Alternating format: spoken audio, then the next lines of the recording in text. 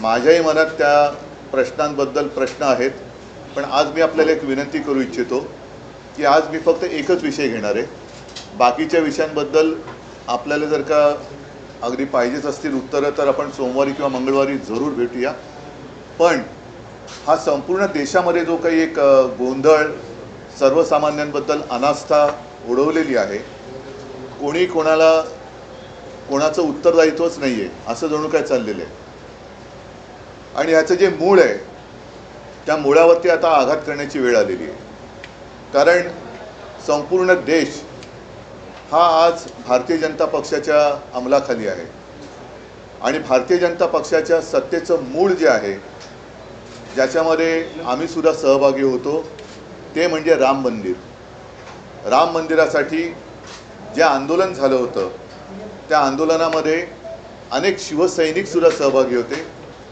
देशातील तमाम हिंदू हा सहभागी होता. तो काळ आजही आपल्यापैकी अनेकांना आठवत असेल. आपल्या माध्यमातून ती सारी दृश्य जनतेच्या मनामध्ये खोलवर रुजलेली आहेत.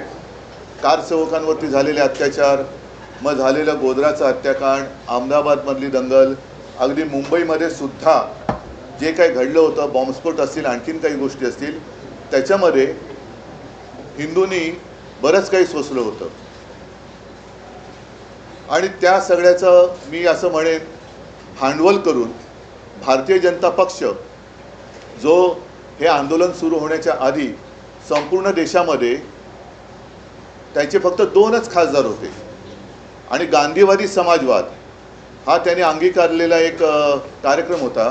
तो कार्यक्रम सोडून ते हिंदुत्वाकडे वळले, राम मंदिराच्या मुद्द्याला हात घातला आणि आज देशामध्ये अगदी अमर्याद सत्ता भोगतायत. अशा या भारतीय जनता पक्षाच्या काळामध्ये राम मंदिर हा मुद्दा वेगळ्या एका गोष्टीमुळे चर्चेला जातोय, हे दुर्दैव आहे. म्हणजे असं जर का मी म्हटलं की आज जी काही दरोडेखोरी चाललेली आहे, राजकीय पक्ष फोडले जात आहेत, आमदार खासदार चोरले जात आहेत, खरेदी विक्रीचा होते, याला ऑपरेशन नाव दिलं जाते. ऑपरेशन हे, ऑपरेशन ते. मग आता हे ऑपरेशन राम मंदिर भाजपा करते का, हा एक महत्त्वाचा मुद्दा आहे.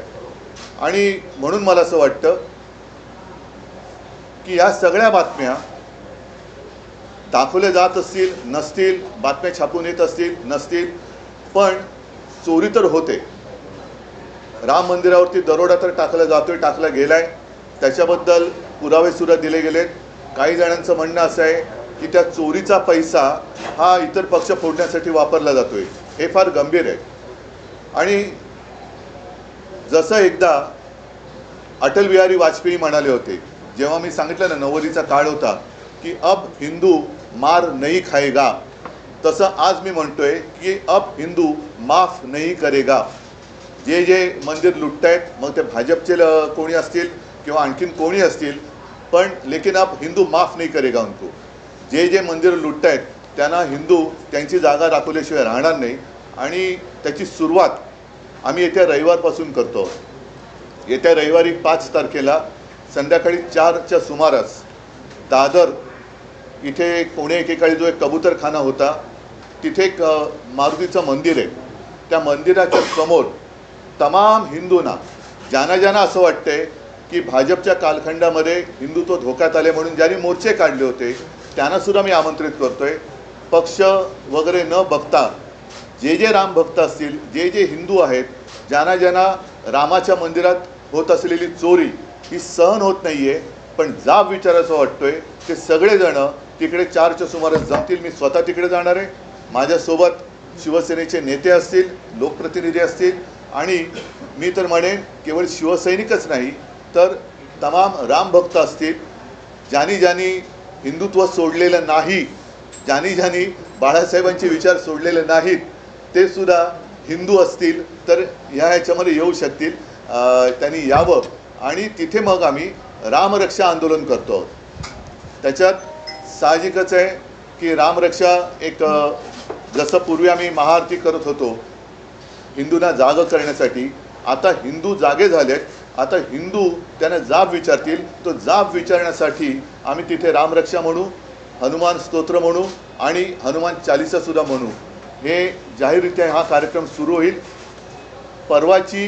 परवाचा कार्यक्रम ही सुरुवात आहे आणि त्याच्यानंतर प्रत्येक ठिकाणी राज्यभर जिल्हा पातळीवरची शहरामध्ये अगदी खेड्यापाड्यात सुद्धा जिथे जिथे राम मंदिर असेल, जिथे जिथे हनुमान मंदिर असेल, तिथे तिथे हे सर्व हिंदू, सर्व राम भक्त, मी तर म्हणेन आता वारीची सुरुवात होते, अगदी वारकरीसुद्धा या राम मंदिराच्या लुटीविरोधात ज्यांच्या मनात आग आहे, ज्यांच्या मनात राग आहे, ते सगळे एकत्र होऊन या भारतीय जनता पक्षाला ह्याचं उत्तरदायित्व स्वीकारायला लावल्याशिवाय राहणार नाही. त्याच्यामुळे ही सुरुवात होते आहे. आपल्यालासुद्धा मी आमंत्रण देतो आहे. आपल्या माध्यमातून मी सर्व हिंदूंना, सर्व राम भक्तांना तिथे आमंत्रित करतो आहोत. कारण हिंदुत्वाच्या नावावरती ही लूट आम्ही सहन करू शकत नाही. हा जर काही त्यांनी देखावा केला असेल की मंदिर वही बनाएंगे, मंदिर झालं, पण त्या मंदिराच्या मागे ज्यांनी रक्त सांडलं, ज्यांनी कष्ट, म्हणजे अनेकांना तुरुंगवास झाला, त्या सगळ्यांचे कष्ट हे असे आम्ही वाया जाऊ देणार नाही.